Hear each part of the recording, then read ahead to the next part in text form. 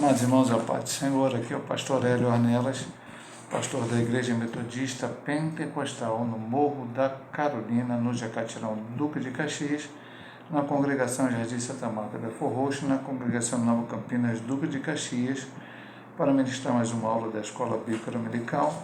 Nós utilizamos as lições bíblicas da CPAD, Casa Publicadora das Assembleias de Deus. Estamos no quarto trimestre do ano 2024 e o título do trimestre é As Promessas de Deus, confie viva as bênçãos do Senhor, porque fiel ao que prometeu. Hoje a lição de número 4, Promessa e Obediência. Texto aula nos diz: se me amardes, guardarei os meus mandamentos, João 14,15. Verdade prática: a obediência a Cristo demanda bênçãos espirituais que influenciam diversas áreas da vida. Vamos aqui a Deuteronômio 29, 1, do 9 ao 12, e Hebreus 8, do 6 ao 13, que é a leitura bíblica em classe. Deuteronômio 29. Estas são as palavras do concerto que o Senhor ordenou a Moisés na terra de Moabe, que fizesse com os filhos de Israel, além do concerto que fizera com eles em Horebe. Guardai, pois, as palavras deste concerto e cumpri-as, para que prospereis em tudo quanto fizerdes. Vós todos estáis hoje perante o Senhor, vosso Deus, os cabeças de vossas tribos, vossos anciãos, os vossos oficiais, todo homem de Israel, os vossos meninos, as vossas mulheres e o estrangeiro que está no meio do teu arraial, desde o rachador da tua lenha até ao tirador da tua água, para que entres no concerto do Senhor, teu Deus, e no seu juramento que o Senhor, teu Deus, hoje faz contigo. Hebreus, capítulo 8. Mas agora alcançou ele ministério tanto mais excelente quanto é mediador de um melhor concerto que está confirmado em melhores promessas. Porque se aquele primeiro fora irrepreensível, nunca se teria buscado lugar para o segundo. Porque repreendendo lhes diz: eis que virão dias, diz o Senhor, em que com a casa de Israel e com a casa de Judá estabelecerei um novo concerto. Não segundo o concerto que fiz com seus pais, no dia que os tomei pela mão para os tirar da terra do Egito, como não permaneceram naquele meu concerto, eu para eles não atentei, diz o Senhor. Porque este é o concerto que depois daqueles dias farei com a casa de Israel, diz o Senhor, porei as minhas leis no seu entendimento, e em seu coração as escreverei. Eu lhes serei por Deus, e eles me serão por povo. E não ensinará cada um ao seu próximo, nem cada um ao seu irmão, dizendo: conhece o Senhor, porque todos me conhecerão, desde o menor deles até o maior. Porque serei misericordioso para com as suas iniquidades, e de seus pecados e de suas prevaricações não me lembrarei mais. Dizendo: novo concerto, envelheceu o primeiro. Ora, o que foi tornado velho e se envelhece, perto está de acabar. Vamos então aqui para a introdução desta lição. A Bíblia apresenta uma relação entre promessa e obediência. Ao longo das Escrituras, percebemos que a obediência é um princípio divino que não caducou no Novo Testamento. Ela continua sendo requerida por nosso Senhor para vivermos promessas específicas de Deus neste mundo. O Deus que prometeu no Antigo Testamento é o mesmo que prometeu no Novo, e ao mesmo tempo exige do seu povo obediência à sua palavra. Entretanto, quais são os termos da obediência no novo concerto, conforme revelado no Novo Testamento? É o que estudaremos nesta lição. O Deus é o mesmo. Estudamos uma primeira lição, em que estudamos as promessas de Deus. Em geral, vimos que há promessas, uma das principais lições que ali tiramos, é que existem promessas condicionais e outras incondicionais. Também foi bem colocado ali naquela lição que há promessas específicas para Israel e promessas específicas para a igreja. Mas como ele diz aqui na introdução, o autor da lição, o Deus que no Antigo Testamento fez promessas específicas para Israel e algumas promessas que também nós podemos pegar para a igreja, e o Deus no Novo Testamento, que é o mesmo Deus, não são dois deuses diferentes, existe um só Deus em todos os tempos, que fez promessa no Novo Testamento para a igreja, ele é o mesmo. E a obediência que ele pedia no Antigo Testamento, a fidelidade é a mesma que ele requer de nós no Novo Testamento. Então, ele até fala que o princípio, a obediência é um princípio divino que não caducou no Novo Testamento. Mas por que o autor está falando isso? É porque muita gente hoje fala que nós estamos na graça, tudo pode. Inclusive alguns estão dizendo que porque Deus fez uma aliança conosco, nós temos que exigir que Deus cumpra aquilo que Ele prometeu. Não, nós temos que exigir nada de Deus. Nós temos que obedecer a sua palavra, ser fiéis a Ele e esperar com paciência, com graça, aquilo que Ele nos prometeu. Porque no momento certo, na hora certa, dentro da sua vontade, Ele há de realizar. Vamos aqui estudar o primeiro tópico, que é obediência no Antigo Testamento. Vamos ver como é que era a obediência lá no Antigo Testamento. O concerto de Horeb. O concerto feito por Deus com o povo de Israel no deserto de Horeb. Aí ele cita Deuteronômio 29:1, Êxodo 19, que é exatamente onde está escrito esse concerto de Horeb. Era uma reafirmação das promessas que ele havia feito a Abraão e seus descendentes. Ou seja, ele diz em Gênesis 12, de 1 a 3, ele diz para Abraão que em ti Deus faria dele uma grande nação e nele seriam benditas todas as nações da terra. No deserto de Horeb, também denominado de Sinai, ficou patente que o conselho divino exigia santa obediência do povo para que fosse bem sucedido entre as nações. Aí vem a referência de Êxodo 19:5. Se diligentemente ouvirdes a minha voz e guardardes o meu conselho, então sereis minha propriedade peculiar entre todos os povos, porque toda a terra é minha. Pela santa obediência, o povo seria um reino sacerdotal, um povo santo. A nação de Israel deveria obedecer aos mandamentos do Senhor para viver as promessas de toda a sua peregrinação no deserto. Então Deus prometeu, Deus disse que ia fazer aquela nação, prometeu primeiro a Abraão. E depois, esse pacto foi confirmado em Horeb, quando o Senhor deu os 10 mandamentos a Moisés e tantas outras coisas falou ele. Os 10 mandamentos estão em Êxodo 20. Mas em Êxodo 19, o Senhor diz para eles: se diligentemente ouvirdes a minha voz e guardares o meu conselho, então sereis a minha propriedade peculiar. Ou seja, era necessária a obediência. Guardar a palavra de Deus. O que é a palavra de Deus? O mandamento do Senhor, o seu ensinamento. Ele deu a Israel. O Senhor, parece que Deus é um Deus que só vive cobrando das pessoas coisas. Não. Deus, ele primeiro orienta, primeiro ele fala. Como foi assim Adão e Eva? Falou Adão e Eva, está aqui, vocês estão aqui com a liberdade de comer qualquer árvore que tiver nesse jardim, menos a do conhecimento do bem e do mal. Foi apenas proibição por proibição? Não. O dia que comerdes, vocês vão morrer. E Adão e Eva desobedeceram. Foi uma opção. Deus deixou o homem com o livre-arbítrio e eles escolheram, então, fazer a sua própria vontade, iludidos pela serpente. Israel, tantas e quantas vezes, foi iludido pela mesma serpente, entre aspas, pelo diabo, e caiu na idolatria, caiu em vários pecados, as quais atrapalhou essa sua caminhada. Tiveram muitas dificuldades, porque não obedeceram o que Deus falou para eles. Se diligentemente guardares a minha palavra, o conserto que o Senhor fez com eles, eles então seriam o povo peculiar do Senhor. Vamos aqui para a segunda subdivisão do ponto 1. O concerto nas campinas de Moabe. Muitos anos se passaram depois do concerto de Horeb, e a maioria dos peregrinos havia perecido no deserto. Então Moisés reuniu novamente o povo, agora nas campinas de Moabe, pois uma nova geração estava prestes a entrar na terra prometida. Aí ele vai citar aqui Deuteronômio 29:1, o texto da nossa leitura bíblica em classe. Estas são as palavras do concerto que o Senhor ordenou a Moisés na terra de Moabe que fizesse com os filhos de Israel, além do concerto que fizeram com eles em Horeb. Deuteronômio 29:1. A exposição básica desse concerto pode ser vista em Deuteronômio 4 a 26, no versículo 19. bem como sua ênfase nas bênçãos e maldições dos capítulos 27 a 30 do mesmo livro. Tudo nesse conceito dependeria da fidelidade do povo de Israel aos mandamentos divinos. Então vamos entrar aqui por etapas.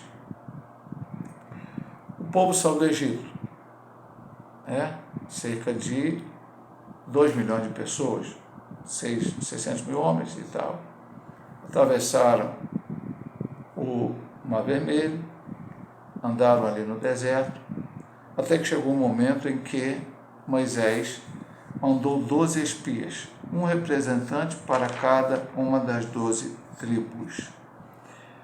Para ver a terra prometida, para entrar em Canaã, eles estavam bem próximos, e trazer a notícia como era a terra. Os 12 espias que foram lá concordaram que a terra era boa, que a terra manava leite e mel, que a terra era realmente muito boa. Inclusive, para trazer um cacho de uva, precisou de 2 homens trazendo um não tão grande que era aquele cacho de uva. Mas houve uma parte em que houve uma discórdia. 10 daqueles representantes disseram o seguinte: a terra é boa, mas ela tem gigantes, é difícil e tal. E 2, Josué e Caleb, disseram: é verdade isso, a terra tem gigantes, tem dificuldades, mas quem vai pelejar por nós é o Senhor que já pelejou, já nos tirou da terra do Egito, fez milagres lá, 10 pragas foram mandadas sobre Faraó e o seu reino. Depois abriu o Mar Vermelho, o povo passou em pé enxuto, e Faraó depois pereceu. Então, o mesmo Deus que operou, levou eles até ali, também o faria vencer. Mas o povo até teve a ideia de levantar um capitão e voltarem para o Egito. Depois desistiram dessa ideia, tentaram guerrear sem a presença do Senhor, perderam, e o Senhor então falou que eles teriam que andar 40 anos no deserto, até que todo aquele povo perecesse. Aqueles de 20 anos para cima, eles obedeceram à vontade do Senhor. Quando chegou ao final desses 40 anos, estava perto de entrar na Terra Prometida, então Moisés faz um novo pacto, porque aquele pacto de Êxodo 19, de Horebe, foi feito com o povo que tinha saído do Egito. Eles tinham perecido no deserto, perecido de várias maneiras. É só você ler lá o livro de Números, especialmente, o problema lá do Baal Peor, com Balaão, ou tantos outros problemas, aquele povo foi morrendo.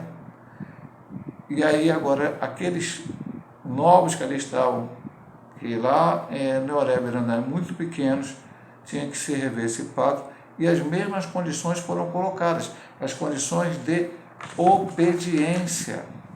Havia promessas, havia aliança do Senhor. Tanto que, depois ele cita aqui, esse relato todo dessa aliança do Senhor vai do capítulo 4 até o 26, versículo 19, e houve uma situação que Deus falou para Moisés: quando o povo entrar na terra prometida, e depois vamos falar isso aqui nos outros pontos adiante, então vai ver as bênçãos do Senhor sobre o monte de Gerizim e as maldições sobre o monte Ebal. É interessante, meus amados irmãos, ver que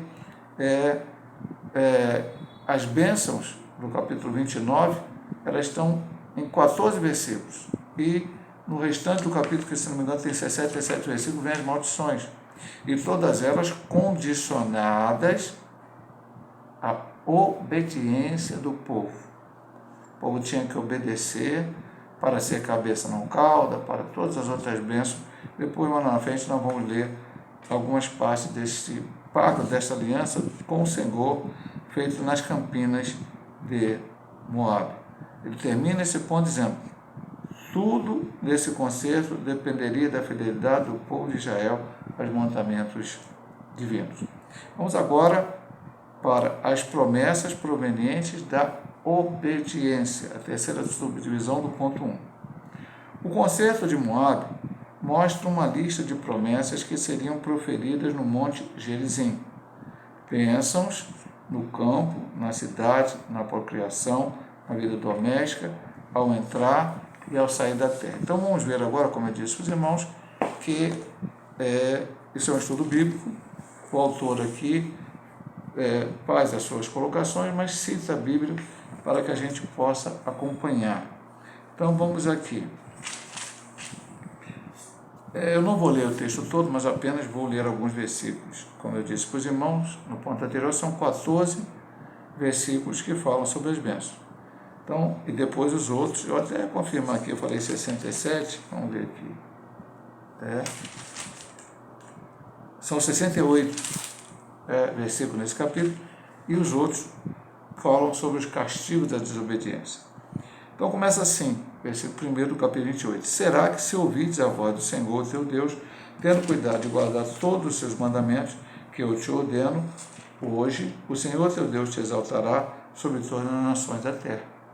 Tinha que guardar o mandamento para que fosse exaltado. Depois ele fala, várias bênçãos vão vir sobre ti, e te alcançarão. Todas essas bênçãos virão sobre ti e te alcançarão quando ouvides a voz do Senhor teu Deus.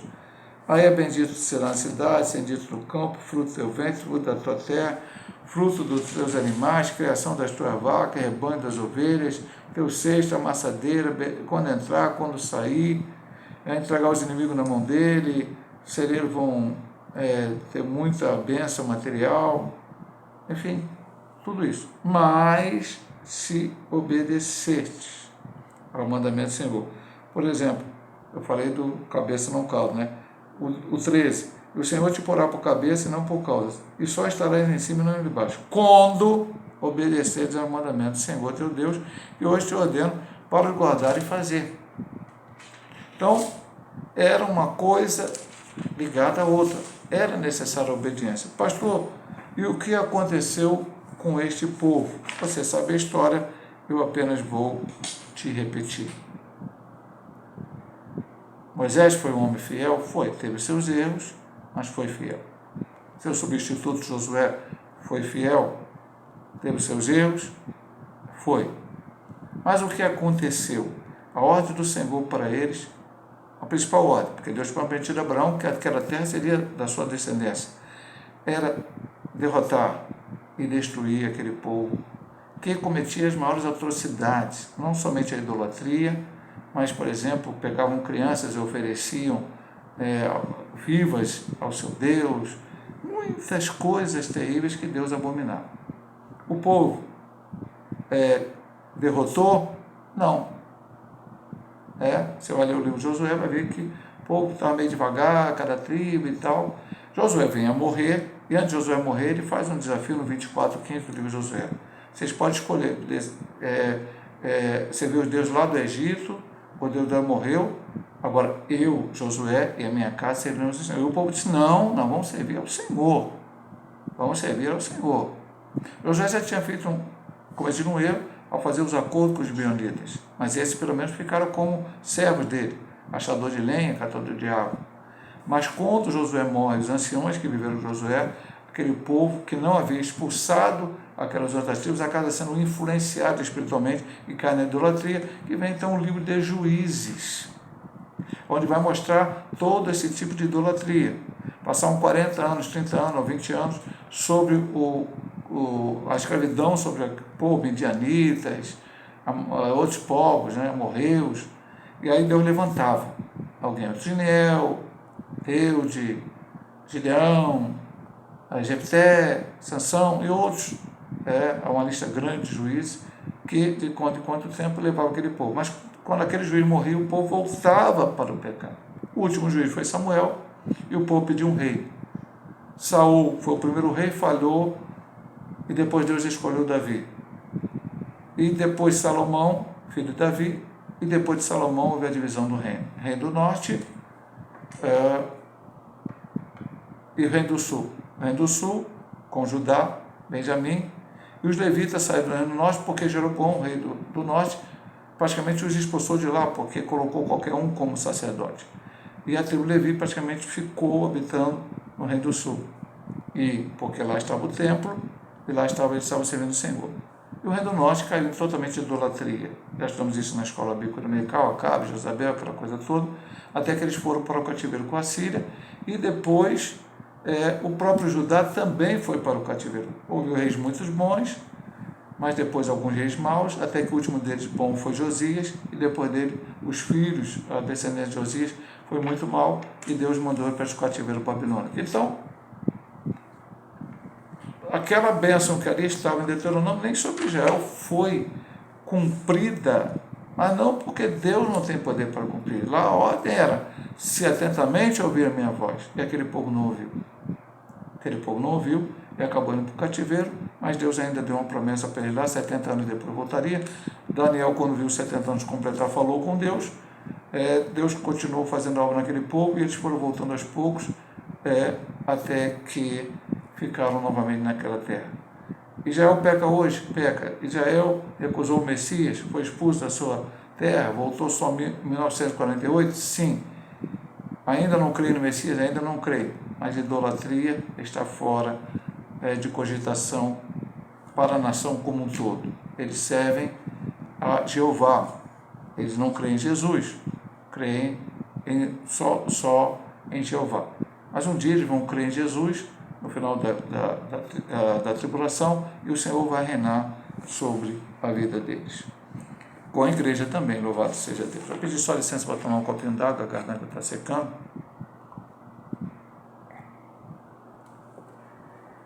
Vamos agora para o ponto 2. Agora, mais para nós, porque é obediência no Novo Testamento. Vimos no Antigo Testamento, agora vamos ver no Novo. Um novo conceito.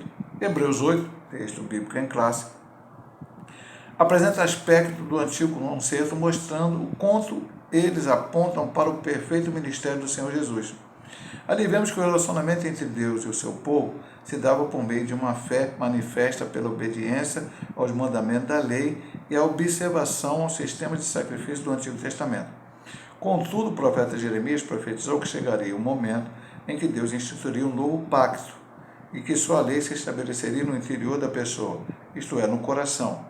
Mas este é o conceito que farei com a casa de Israel depois daqueles dias, diz o Senhor, porém a minha lei no seu interior escreverei no seu coração, eu serei o seu Deus, eles serão o meu povo. Como é que era o pacto do Antigo Testamento? Aqui nós estamos na transição, Hebreus 8 fala sobre isso, entre Antigo Testamento e agora Novo Testamento. Vamos ver no ponto 2, Jesus é o mediador. Era sobre a lei. O que era obedecer? Era não matar, não roubar? Não, era isso também, mas também guardar o sábado, isso para o Antigo Testamento. Oferecer o sacrifício, comemorar as festas judaicas, tudo aquilo ali era necessário que eles fizessem. Porque muitas vezes eles caíram no pecado e Deus os puniu, porque eles já deixaram de fazer essas coisas todas. Mas Hebreus 8 fala que chegaria um novo tempo que Deus colocaria essa palavra no coração. Porque viria um novo povo, falamos na lição passada. Gentios, depois da Torre de Babel, Israel, descendente de Abraão, e igreja, aqueles que, dentre os gentios e dentre os descendentes de Abraão, aceitaram o pacto da cruz, a morte de Jesus ficar na cruz do Calvário para a salvação da vida eterna. Então, o Senhor disse que haveria um novo conceito. Inclusive, se fala aqui no final, se vocês irmãos observarem, bem no finalzinho do texto bíblico aqui de hoje, dizendo o novo conceito envelheceu o primeiro, ora, que foi tornado velho e se envelhece perto da história de acabar.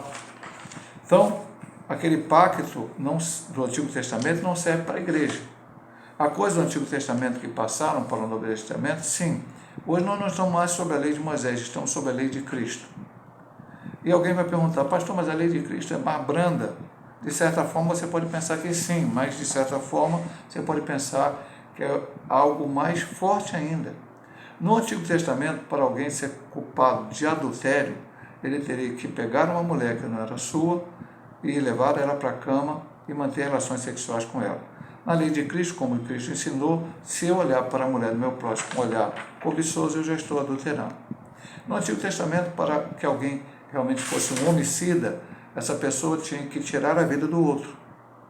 No Novo Testamento, Jesus ensinou que se a gente tiver ódio com o irmão, desejar a morte do nosso irmão, nós já estamos cometendo o pecado. Então, temos que ter muito cuidado. Nós pecamos, segundo a própria palavra diz, por palavras, pensamentos e obras. E ainda podemos pecar por negligência, porque a Bíblia diz que aquele que sabe fazer o bem e não faz, peca. Então, nós estamos diante de um novo concerto. Nós não estamos mais debaixo da lei de Moisés. Estamos sob a lei de Cristo. Jesus Cristo, o mediador, é o segundo subtópico do ponto 2. O Senhor Jesus é o mediador que estabelece um novo concerto, um novo pacto profetizado pelo profeta Jeremias em 8:10 de Hebreus. Em vista disso, podemos afirmar que o novo pacto é uma promessa de graça e amor de Deus aos que respondem com arrependimento e fé à oferta de salvação. Assim, o relacionamento de obediência entre o salvo e Deus se dá nos termos do novo concerto, em que o Senhor Jesus é o verdadeiro mediador, como Paulo diz em 1 Timóteo 2:5. Só existe um mediador entre Deus e o homem, e é Jesus Cristo, homem. Então, um novo pacto, um novo concerto, um novo mediador. Como acontece isso? A salvação no Antigo Testamento era para aqueles que esperavam o Messias. A salvação no Novo Testamento, o Messias já veio. Jesus Cristo, a segunda pessoa da Trindade, Deus também desceu a este mundo, encarnou, nasceu da Virgem Maria sem pecado, viveu sem pecado, pregou, fez toda a obra que ele tinha que fazer, os milagres, e por fim morreu na cruz do Calvário. E a partir deste momento da sua morte e sua ressurreição, foi firmado um novo pacto, um novo concerto. E para entrar nesse concerto, para entrar nesse pacto, a pessoa precisa entender que ela é pecadora e que a única maneira de seus pecados serem perdoados é aceitando a Cristo como seu único e eterno Salvador. A partir deste momento em que verdadeiramente a pessoa aceita Cristo, aqui ele fala de uma chamada, né? Veja bem,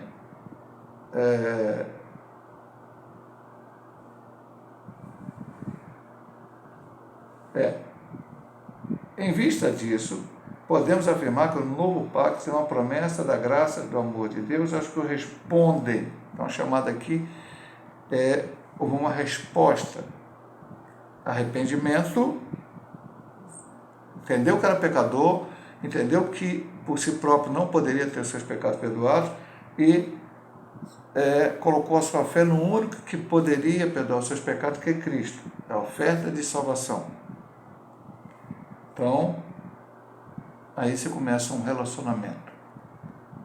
Pastor, eu serei salvo porque não bebo, não fumo, não jogo, não adultero, enfim, uma série de coisas. Ou também porque eu faço, porque eu dou o dízimo, porque eu vou na igreja, porque eu ajudo os pobres, ou qualquer outra coisa, beneficência que você faça. Não, você não será salvo por nenhuma dessas coisas. Você será salvo porque você creu em Cristo e Ele perdoa os seus pecados. Mas isso tudo, pastor, isso tudo eu faço e tenho que fazer porque Ele me amou primeiro e eu devo amá-lo também. E como eu amo, eu obedeço. É assim que acontece. Num casamento, o marido quer agradar a esposa. A esposa quer agradar. Um casamento verdadeiro, sincero, em Cristo. Hoje o pessoal casa e já quer separar na semana seguinte. Mas um casamento verdadeiro, fiel, real, vindo do Senhor, o esposo quer agradar a esposa. E olha só que esses relacionamentos são humanos, os homens são falhos. Agora, Deus, Ele fez tudo por nós. E agora o que eu tenho que fazer? Apenas amá-lo e obedecê-lo. Ele é o mediador entre Deus e os homens, só Cristo. Ele disse, eu sou o caminho, a verdade e a vida. Ninguém vai ao Pai senão por mim. Não existe mediador, não existe Papa, Buda, Confúcio, e nem, falando da igreja evangélica, pastor, apóstolo, bispo, que faça mediação entre você e Deus. O único que faz é o nosso Senhor Jesus Cristo. Vamos à terceira subdivisão deste ponto, que é obediência no novo concerto. Então, já vimos aqui que tem um novo concerto, tem um mediador, agora a obediência. Os ensinos do Novo Testamento mostram que fé e obediência andam lado a lado. Nosso Senhor ensinou, se me amardes, guardarei os meus mandamentos. João 14:15. Essa expressão guardareis também pode ser substituída por obedecereis. Poderia ser, me amados, obedecereis os meus mandamentos. Isso significa que o novo amor pelo Salvador, que foi primeiramente obediente ao Pai e obediente até a morte de cruz, segundo Filipenses 2,8, não pode ser apenas de palavras, mas em atos de obediência. Dessa forma, podemos desfrutar de bênçãos espirituais provenientes de uma vida de obediência a Deus e sua palavra. A obediência é fundamental também na nova aliança. E obediência é quem? A quê? Ao Senhor, a sua palavra.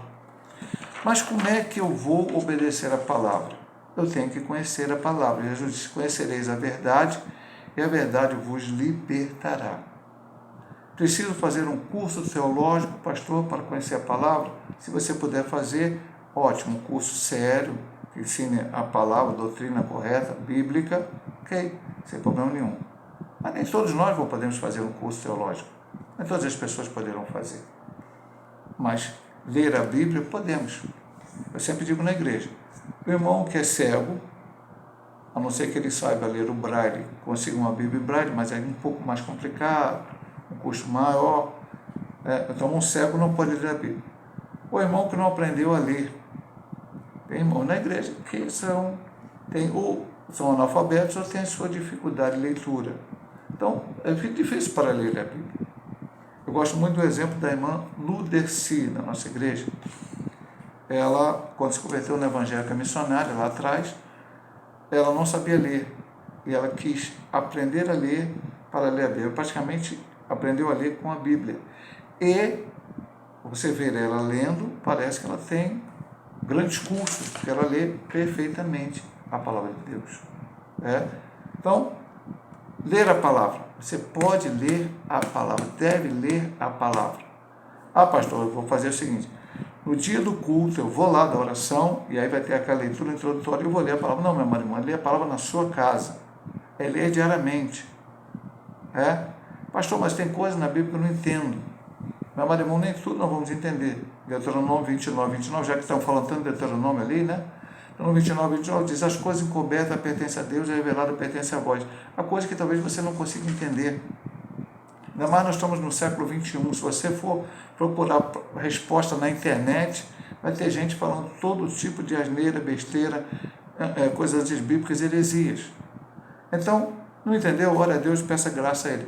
Mas há muita coisa que o Espírito vai fazer você entender verdadeiramente. Eu vou ler até um texto para você, simples sobre esse ponto. Eu até li esse texto agora domingo, quando pregava em Nova Campinas, nossa congregação em Nova Campinas.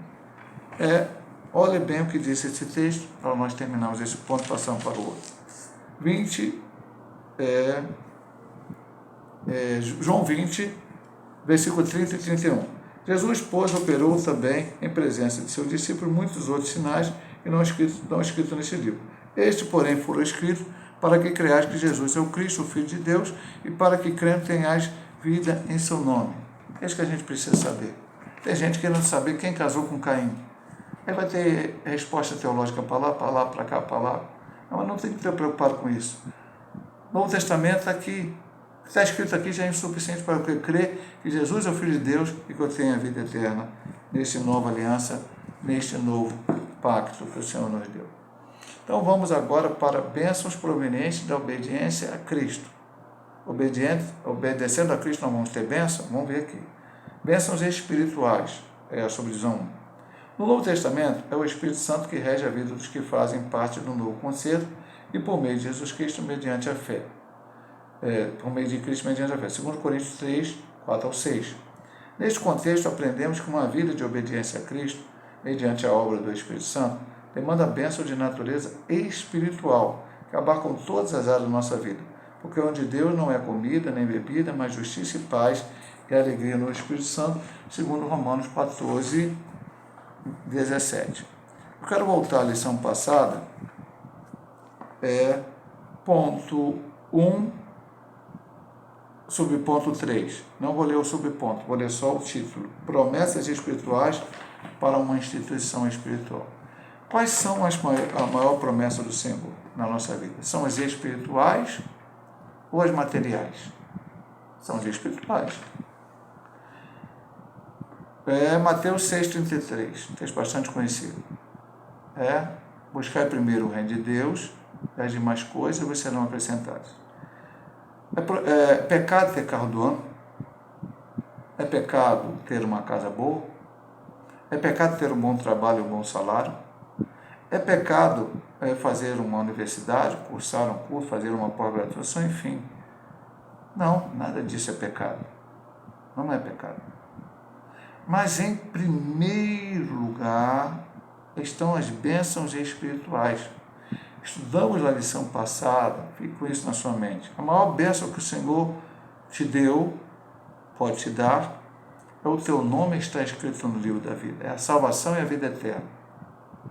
Então, salvação e a vida eterna. Agora eu sou um salvo, lavado e remido no sangue de Jesus. E isso acontece, já falei isso para o irmão para ver. É quando eu batizo o pastor. Não. É quando você aceita Cristo. O ladrão na cruz nem sequer se batizou, não teve tempo. Há outras pessoas que, entre o fato de aceitar Jesus e o batismo que a igreja iria realizar, passaram para o Senhor antes. Há pessoas que aceitam Jesus no último respiro dentro do hospital, assim como o ladrão na cruz, e são salvos. A segunda bênção, nessa ordem, seria poder ser batizado nas águas. É um privilégio, não é uma ordem, apenas uma obrigação, um privilégio. Batizado nas águas, a promessa, nós pentecostais cremos do batismo no Espírito Santo, é vestimento de poder para nos ajudar na evangelização da humanidade. E depois de batizado com o Espírito Santo, os dons espirituais são ferramentas para nos ajudar nesta evangelização. Para aí, pastor, não, muitas outras bênçãos espirituais vindas da parte do Senhor. Eu vou citar alguma, meu amado irmão, que são privilégios e bênçãos. Tocar um instrumento para o Senhor, eu sou músico. É privilégio, é bênção de Deus. Até uma certa idade da minha vida, eu nunca quis tocar nada.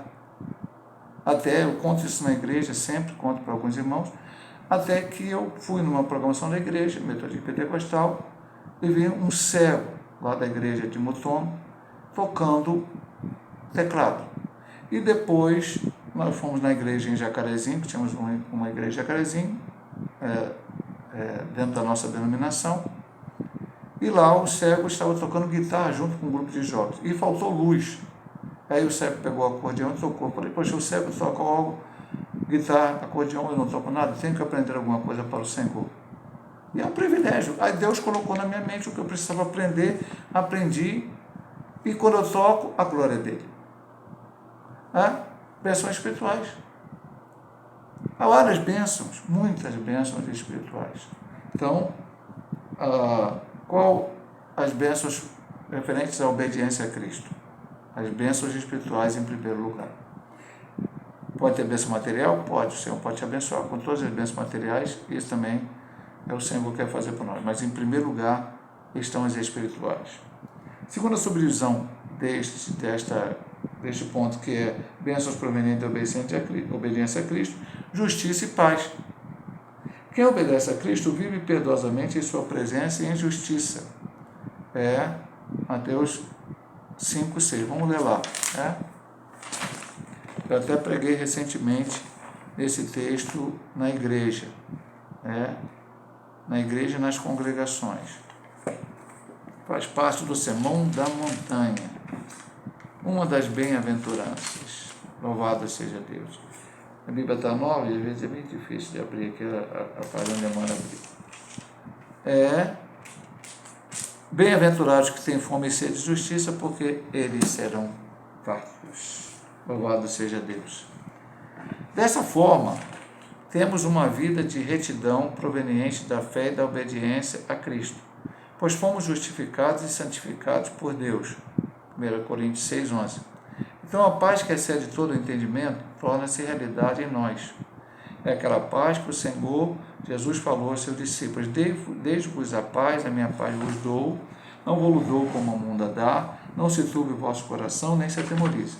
Assim a obediência a Cristo gera em nós justiça e paz em meio às turbulências do mundo. Justiça de Cristo, eu falei sobre justificação, obedecemos a Cristo, porque aceitamos Ele como Salvador, queremos ser fiéis a Ele, então Ele nos justifica. E aí temos paz. Por que temos paz? Aí vamos falar vários aspectos dessa paz. Primeiro, meu amado irmão, porque você sabe para onde você vai a partir do momento que você aceitou Jesus. O homem do mundo, muitas vezes, tem horror na morte, porque ele não sabe o que vai acontecer do outro lado.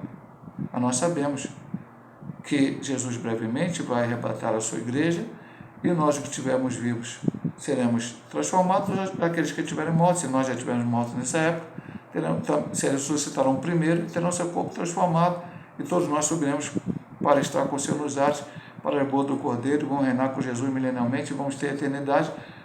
Isso nos traz paz. Paz. Agora, neste mundo tão atribulado, vivemos num mundo atribulado. Temos uma guerra hoje em curso, Israel contra grupos terroristas, o Irã, ameaça de bomba nuclear, ameaça de uma terceira guerra mundial, Rússia e Ucrânia. Vai haver a terceira guerra mundial? Eu creio que enquanto a igreja estiver aqui, não. É uma crença minha. Nós não vamos tocar nesse assunto.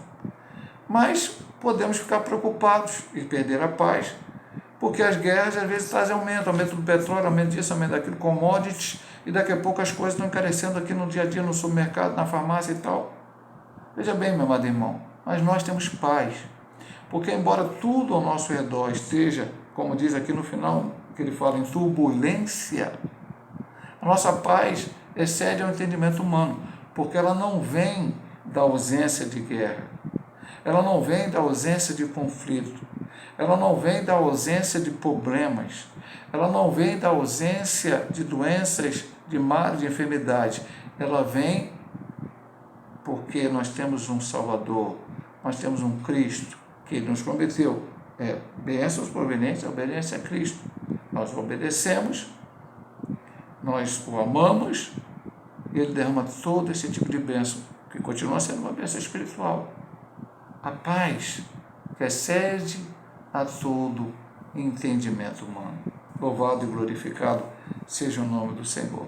E vamos para o último subponto da lição, do ponto 3 da lição, que é a alegria no Espírito Santo. A alegria proveniente de uma relação com Cristo é a marca da vida de quem anda na justiça e tem a paz de Cristo. A Bíblia mostra que a alegria é um fruto do Espírito, Gálatas 5:22. Conforme nos ensinam as Escrituras, essa alegria não está condicionada aos ambientes externos da nossa vida, mas é consequência de uma vida cheia da presença do Espírito Santo. A presença do Santo Espírito enche-nos de alegria. Assim como a paz, a alegria também não é por eventos. Tem gente que se alegra porque o seu time venceu aquele jogo específico. Mas na semana seguinte, o seu time perde. Ele fica triste. E assim por outras tantas contas. O pastor aqui não está dizendo que é proibido torcer para algum tipo de futebol. O que eu aconselho para cada um de nós é que não seja fanático por nada, por futebol ou por qualquer outra coisa. Por exemplo, não deixe de ir a uma programação da igreja porque seu time está jogando, ou porque é a final do campeonato. Não, isso de jeito nenhum. Em primeiro lugar está o reino de Deus. Mas quer torcer para o seu time, quer escolher um time, não estamos proibindo isso não. Apenas a sua alegria não pode estar naquele time, ou na seleção brasileira, ou em qualquer outra coisa. Às vezes a gente passa por situações difíceis, mas mesmo assim nós nos alegramos. Paulo diz, alegrai-vos sempre, gozai-vos sempre. Aí eu sempre, quando eu prego nesse texto, ensino, eu digo, irmão, você não vai se alegrar porque você está doente, está com problema, está em situação difícil, está em tribulação, mas você vai se alegrar porque, não obstante todos esses problemas, você está com o Senhor. Ele está contigo, melhor dizendo, nem é você estar com o Senhor, Ele está contigo, porque Ele prometeu, eis que estou convosco todos os dias até a consumação dos séculos. Vamos ler lá em Romanos, e olha só, esse texto é tremendo, meu amado irmão. Eu nem li esse texto, mas agora Deus colocou no meu coração. Você conhece esse texto, Romanos capítulo 8, mas eu só vou recordar para você. Vou ler aqui alguns versículos, é um estudo bíblico, Que diremos, pois, a essas coisas? Se Deus é por nós, quem será contra nós? Aquele que nem mesmo seu próprio Filho poupou, antes o entregou por todos nós, como não dará também com ele todas as coisas? Quem tentará acusação contra os escolhidos de Deus? É Deus quem justifica.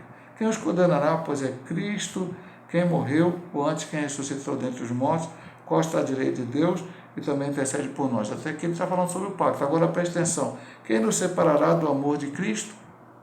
A tribulação, a angústia, a perseguição, fome, nudez, ou perigo, ou a espada? Então o crente pode passar por tudo isso.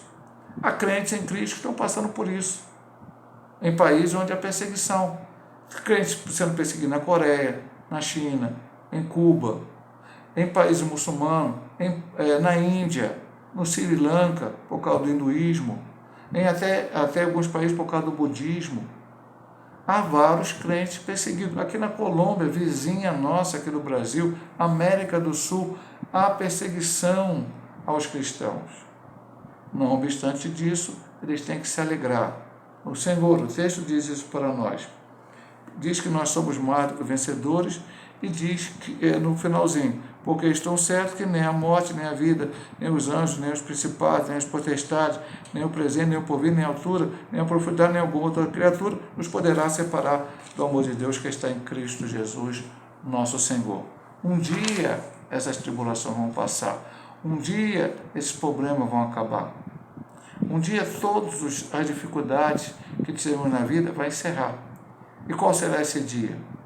Pode ser o dia da nossa morte, se morrermos fiéis ao Senhor, em obediência a Ele. Porque quando morremos aqui, não é morreu, acabou, sono da alma, outras coisas mais. Nós vamos para o terceiro céu, o paraíso, aguardar o dia que Cristo vai arrebatar a sua igreja para ressuscitarmos em corpo glorioso e estarmos para sempre com o Senhor. Ou isso tudo vai acabar no dia que Cristo vier arrebatar a sua igreja, que aqueles que estiverem vivos terão seu corpo transformado, e no céu não vai ter nada de ruim, meu amado irmão. É só bênção. E é para lá que nós estamos indo. Eu disse, nós temos paz porque eu sei para onde eu vou. Eu tenho certeza, pela promessa do Senhor, eu tenho certeza que Jesus vai voltar, eu tenho certeza que vai ser um lugar maravilhoso. Na casa do meu pai é muito demorado, semana passada estamos isso, mas eu tenho dito, se não fosse assim, teria dito, vou preparar o lugar, e quando eu vier, eu levarei para onde eu estiver, e estejais vós também, é a promessa do Senhor para a sua igreja. Então, em Cristo nós temos bênçãos espirituais, justiça e paz, e alegria no Espírito Santo. Não é a alegria do mundo, mas é a alegria que vem do Senhor. Então vamos para a conclusão. Nesta lição estudamos a respeito da obediência como relacionamento com Deus, tanto na perspectiva do Antigo Testamento quanto do Novo. Vimos que, a despeito do novo pacto ter superado o antigo, o princípio da obediência a Deus e a sua palavra permanece o mesmo. Dessa forma, a promessa de justiça, paz e alegria no Espírito Santo para quem obedece aos mandamentos do Senhor Jesus.